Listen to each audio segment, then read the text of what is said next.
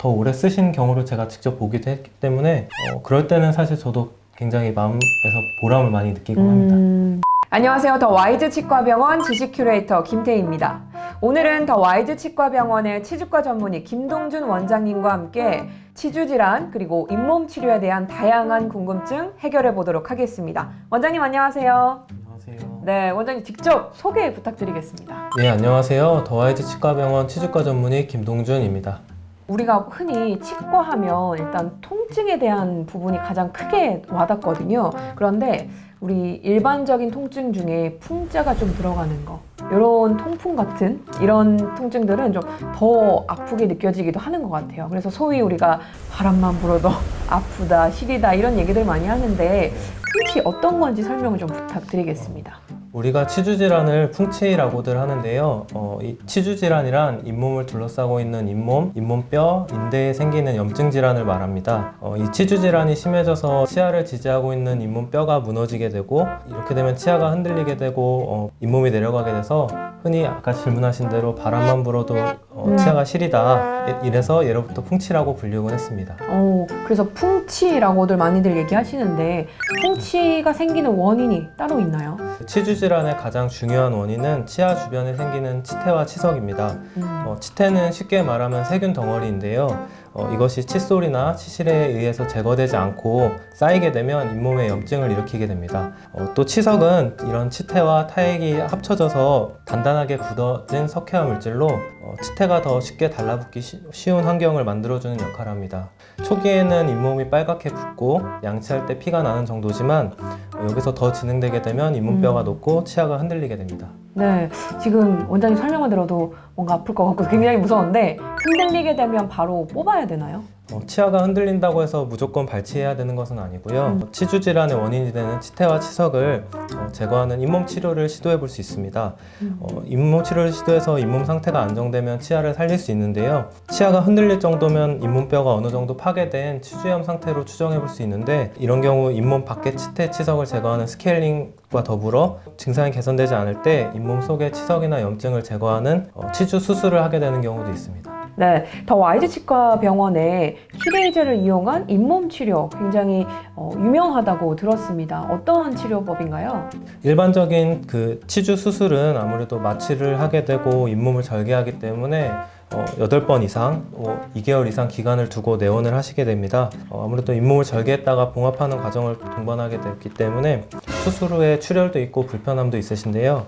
실밥을 제거하기 위해서 추가 내원도 필요하시고요. 반면에 키레이저 잇몸 치료는 마취를 하지 않고 2번에 나눠서 잇몸 치료를 진행하는데 치료 기간도 2-3주 간격으로 짧게 내원하실 수 있고 내원 횟수에 대한 부담도 적다고 할 수 있습니다. 잇몸뼈가 한 3분의 1 이상 살아있는 경우에는 2-3주 간격으로 2번 정도 레이저 잇몸 치료를 진행해서 염증을 제거하고 흔들렸던 치아를 살려서 쓰는 경우도 실제로 좀 있었습니다. 네, 치료 횟수나 방법 같은 것들이 좀 차이가 있는 것 같은데요. 잇몸 치료를 한번 하게 되면 바로 완치가 됐다라고 볼 수 있는 건가요? 일단 치주질환은 고혈압이나 당뇨처럼 만성질환이기 때문에 완치라는 개념은 없다고 보면 됩니다.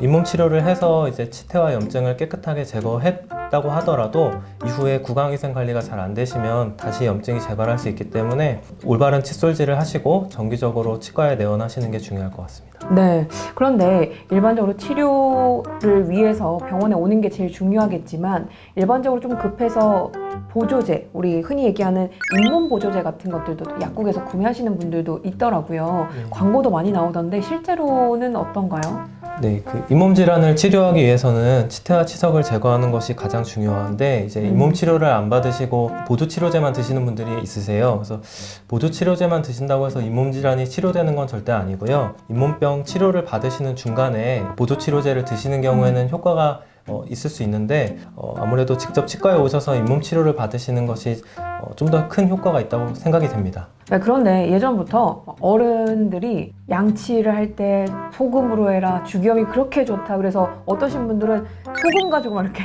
직접적으로 양치를 하시는 분들도 있다고 하더라고요. 실제로 효과가 있는 건가요? 소금은 그 자체로 항염 효과가 있다고 알려져 있긴 하지만 사실 시중에 있는 일반 치약이나 칫솔로도 사실 양치질은 충분히 가능하십니다. 흔히들 사용하시는 굵은 소금은 알갱이가 너무 크기 때문에 잇몸을 세게 닦으시다가 잇몸에 상처가 날 수도 있고 너무 세게 닦으시면 치아가 마모되는 경우도 있을 수 있거든요. 그래서 저는 굵은 소금은 사용드리는 걸 그렇게 추천드리지는 않고요. 다만 이제 일반 치약과 칫솔로 양치질을 충분히 하신 이후에 소금을 녹인 물로 가글 하는 것 정도는 어느 정도 효과가 있다고 생각됩니다. 네, 너무 또 굵은 소금으로 팍팍 이렇게 세게 닦으시면 상처 날 수 있으니까 주의를 좀 하셔야 될 것 같습니다. 다음 질문 되게 당연한 것 같은데 그래도 좀 궁금증을 해결을 한번 해보고 싶습니다. 담배, 당연히 잇몸에 연관이 있겠죠. 근데 술도 연관이 좀 클까요? 어떤가요? 흡연 먼저 말씀드리면 흡연은 이미 학문적으로도 입증된 잇몸 질환의 주 위험 요인 중에 하나입니다. 흡연을 하시게 되면 입안의 세균 조성이 바뀌게 되고 면역력이 약화되기 때문에 잇몸병에 더 취약할 수밖에 없습니다. 그리고 치주 치료를 하신 이후에도 잇몸의 반응이 더 나빠지기 때문에 꼭 금연하는 것을 권유드립니다. 음주에 관해서는 음주 자체가 뭐 잇몸 건강에 직접적으로 나쁜 영향을 미친다 이렇게 알려진 바는 없는데요. 아무래도 음주를 하시게 되면 양치를 안 하고 주무시게 된다던가 하는 경우가 있기 네네. 때문에 이런 경우에는 잇몸 건강에 좀 안 좋은 영향을 미친다고 볼 수 있습니다. 원장님 그러면 잇몸을 조금 더 건강하게 관리할 수 있는 방법 어떤 게 있을까요? 우선 양치질을 설명드리자면 흔히들 양치는 이제 치아만 닦는다고 생각하시는 경우가 많은데요.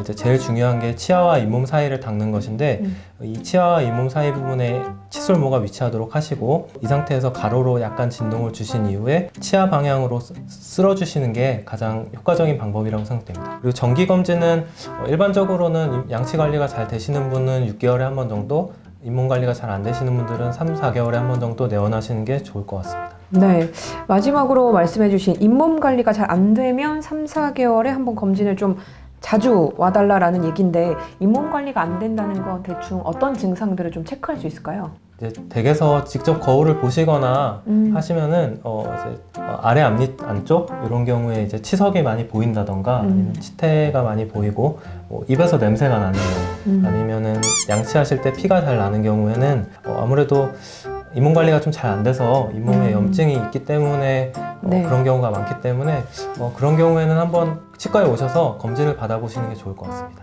네. 원장님 그동안 많은 환자분들 보셨을 텐데 혹시 지금도 기억에 남는 환자분이 혹시 계실까요?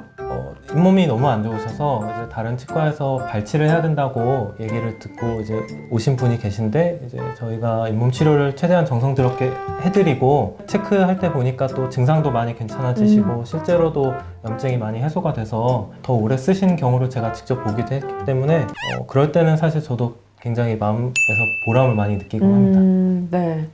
지금까지 더 와이즈 치과병원 치주과 전문의 김동준 원장님과 함께 치주 질환 그리고 잇몸 치료에 대한 다양한 이야기 나눠봤습니다. 원장님 고맙습니다.